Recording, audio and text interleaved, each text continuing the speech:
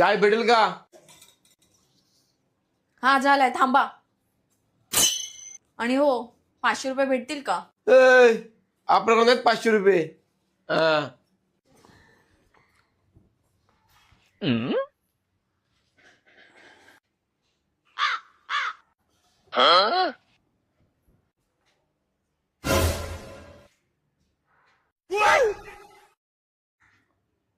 बायकोने नवऱ्याकडे 200 रुपये मागितले असता नवऱ्याने न दिल्यास चहामध्ये विष टाकून बायकोने घेतला नवऱ्याचा जीव.